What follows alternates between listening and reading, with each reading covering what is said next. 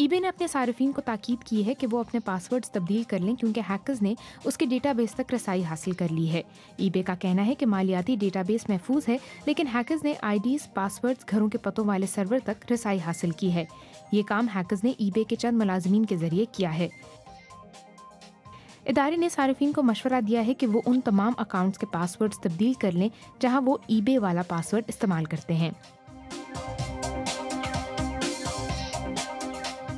چین کی حکومت نے اعلان کیا ہے کہ وہ اپنے کمپیوٹرز پر ونڈوز 8 اس لیے استعمال نہیں کرے گی کیونکہ مائکروسافٹ نے پرانی ونڈوز ایکس پی کی سپورٹ بند کرنے کا فیصلہ کیا ہے۔ تو اب اس بات کے امکانات کم ہیں کہ چین نئی ونڈوز پرو 3 خریدنے کی قطار میں سب سے آگے ہوگا۔ ادھر مائکروسافٹ کو یہ بھی امید ہے کہ اس کے 30 سینٹی میٹر ٹچ سکرین والے جدید ٹیبلٹ اور کی بورڈ مارکیٹ میں موجود لیپ ٹاپس کا خوب مقابلہ کریں گے۔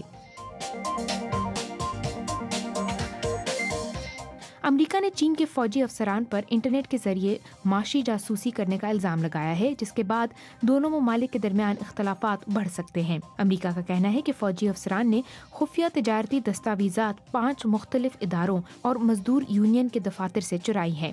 اس کا مقدمہ امریکہ کی ضلعی عدالت میں زیر سماعت ہے، جو کسی بھی غیر ملکی کے خلاف پہلا مقدمہ ہے۔ چین نے ان الزامات کی تردید کی ہے۔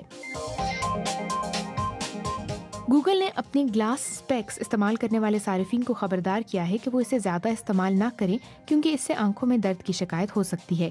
ادارے کا کہنا ہے کہ اس آلے کو ایک کے بعد ایک موویز دیکھنے اور وار اینڈ پیس جیسی موٹی کتابیں پڑھنے کے لیے نہیں بنایا گیا تھا۔ گوگل گلاس کی اسکرین دیکھنے کے لیے صارفین کو ذرا اوپر کی جانب دیکھنا پڑتا ہے اور اکثر لوگ اس کے عادی نہیں ہوتے، اس لیے یہ آنکھوں میں درد کا سبب بن سکتا ہے۔